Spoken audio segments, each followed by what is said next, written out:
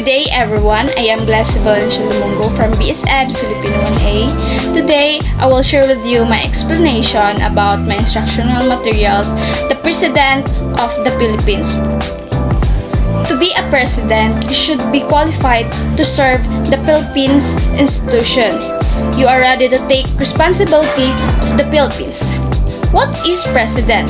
President is a head and a leader of the government or in a country.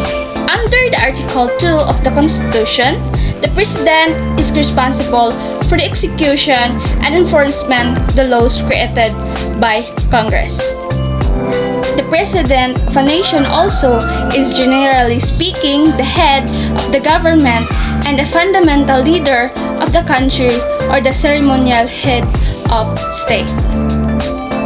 The importance of the president is to function as the commander-in-chief of armed forces of the Philippines.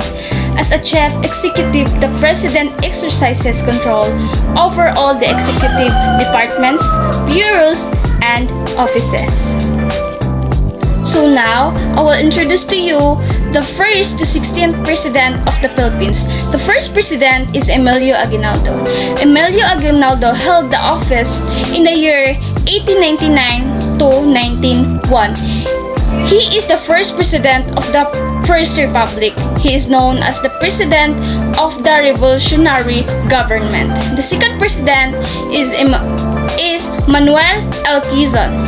He held the office in the year 1935 to 1944.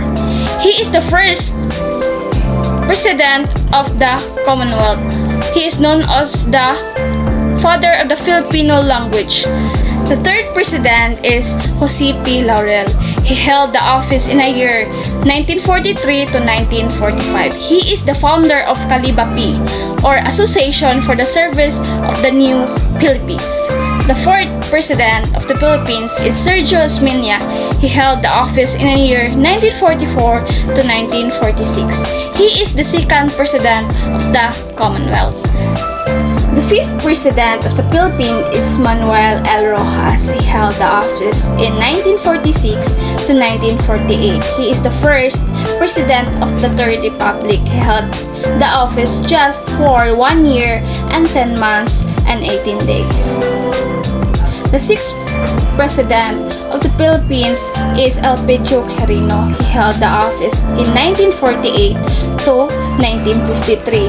He served as the vice president under Manuel L. Rojas. When Manuel L. Rojas died, he became president. The seventh president of the Philippines is Ramon Magsaysay. He held the office in the year 1953 to 1957. He known as the President of the Filipino Masses. The eighth president of the Philippines is Carlos P. Garcia. He held the office in the year 1957 to 1961. He known as the Filipino First Policy.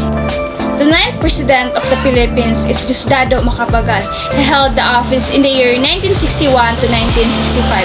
The 10th president of the Philippines is Ferdinand Marcos. He held the office in the year 1965 to 1986. He decided to put our country under the martial law, and his dictatorship was notorious for corruption. The 11th President of the Philippines is Corazon Aquino. He held the office in the year 1986 to 1992. He is the first female President of the Philippines and the first woman become President of an ASEAN country. The 12th President of the Philippines is Fidel Ramos. He held the office in the year 1992 to 1998. And the 13th President of the Philippines is Joseph Estrada.